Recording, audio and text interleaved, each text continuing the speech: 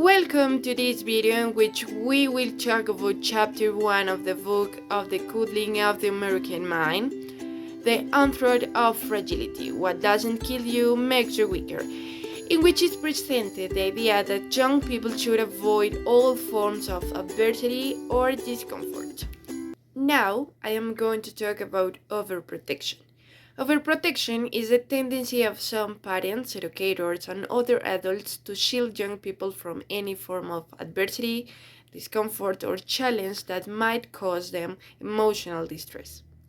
According to the authors, overprotection is based on the false assumption that what doesn't kill you makes you weaker, which contradicts the psychological principle of anti-fragility, which means that some things benefit from stress and hardship.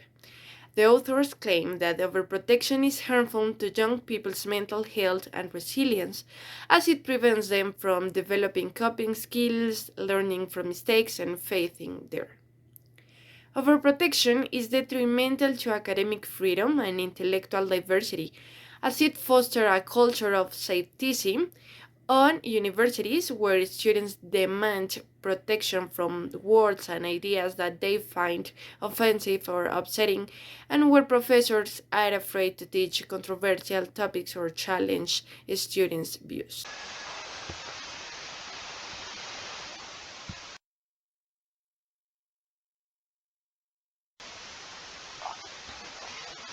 Okay, life always have challenges, but it's our decision be stronger or anti-fragile. But what is anti-fragility? I'm going to start with the metaphor of black swan. The black swan are those inevitable events that are bad but are important in our life because we need it. Life has a way of creating completed unexpected events. But people can survive of those because we need stress or challenges in order to learn, adapt, and grow. That make us anti-fragile. We cannot be the turtle that always are hiding. We have to be the part of the solution, not part of the problem. So, for example, did you hear the sentence that say the life is against to me? Well, that's not true. You need to go out of the bubble that make you think that the life is always easy. I have to be happy. We need those problems to be strong. Mm, because I think some people make a mountain out of the molehill. While they're feeling unsafe, mm, and this is the cause of some adolescents that have depression, anxiety, and commit suicide. For that, is not only have to have a lot of problems of make a mountain out of the molehill. We have to be stronger to overcome the problems and be anti-fragile. Life always has challenges, but as I said before, it's our decision to be stronger.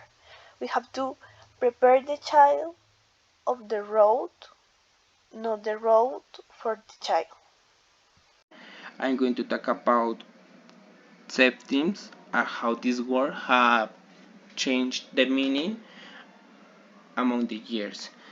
So the rise of septim starts in the 20th century when the word safety generally meant physical safety because in the United States had a great triumph that was become physically safer for children.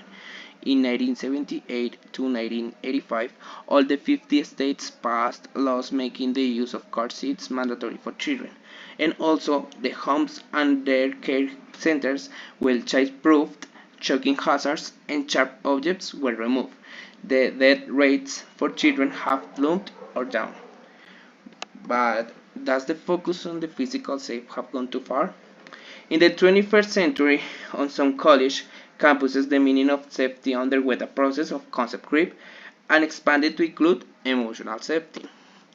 We are going to talk about the opening college, where they post a guidance for faculty, urging them to use the trigger warnings to show the students that you care about their safety and their feelings.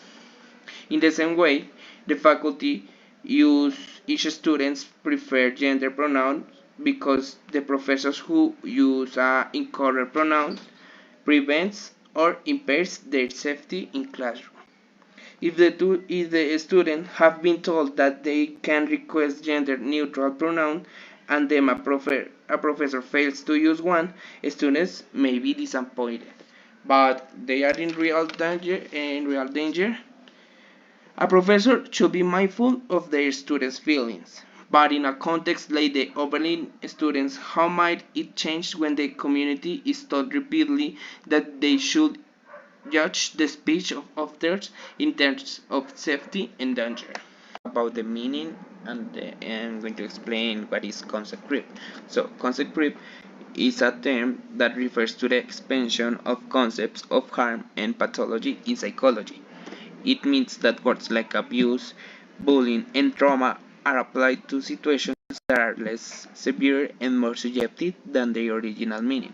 As an example, we are going to talk about Haslan John, who was a psychology who examined a variety of key concepts in clinical and social psychology. This to determine how their usage had changed since the 80s. He found that their meaning had expanded in two ways. For example, the first one is a creep downward, that this concept applies to less severe situations, and the second one, that is creep outward. This concept applies to new but conceptually related phenomena. So we are going to talk about, as an example, the word trauma, that in the early version of the DSM, that DSM means Diagnostic and Statistical Manual of Mental Disorder, the word trauma was used by the psychiatrists use that word only to describe a physical agent causing physical damage, well known as a traumatic brain injury. On the third version of the DSM, trauma was a post-traumatic stress disorder as a mental disorder, the first type of traumatic injury that is not physical. And now we are going to talk about the 2000s version of the DSM. The concept of trauma within parts of the therapeutic community have crept down so far that include anything. And now we're going to talk about or make an explanation, a better explanation. So we have the concept that in this case was trauma. We have the outward that is reflected as a red line and downward that is reflected as a yellow line. So you have the red one where I don't know, you have the concept and you said you have problems with your family, so you generate new traumas because you fight with your family, and then you have creep down and you have now problems with the university, so you started to generate traumas because the problem of the university. So we can see like this pyramid where you can find on the top the concept, and then you see how this concept has increased among the time because of the multiple uses or meanings that this word has been assigned. Safe space. Safe spaces are places or environments where students can feel comfortable and safe from any form of bullying, discrimination, or oppression. However, according to the authors, safe spaces are based on the idea that some words and ideas can cause emotional harm or trigger trauma, and that students have the right to be protected from them. The authors criticize the use of safe space in universities, arguing that they limit students' exposure to diverse and challenging perspectives and that they create a culture of safety that stifles intellectual curiosity and academic freedom.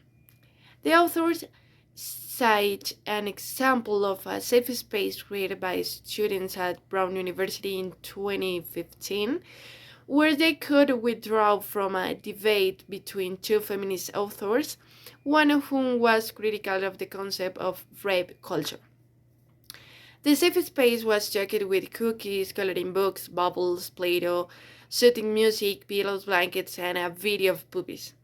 The author questions the effectiveness and appropriateness of such a safe space, a space that keeps them safe from different ideas, as they suggest that it infantilizes students and prevents them from engaging in important social issues. iGen and save teams. The I generation is the generation of the internet that born after 2000s. People usually call them Generation Z. But what happens with them? Well, they have high rates of anxiety and depression. Actually, they have the high rates of suicide in the last years. Um, that's why people are obsessed with safety and the emotional safety. But they feel triggered when see something that they don't like. For that, this generation always are overprotect and have safe places in everywhere. If they saw something that don't like it, they feel triggered, they feel attacked. So this is a very big problem. And a lot of them don't know the freedom and the anti-fragility because always are living in a bubble. And actually, they are fragile and they are blind around what's going on.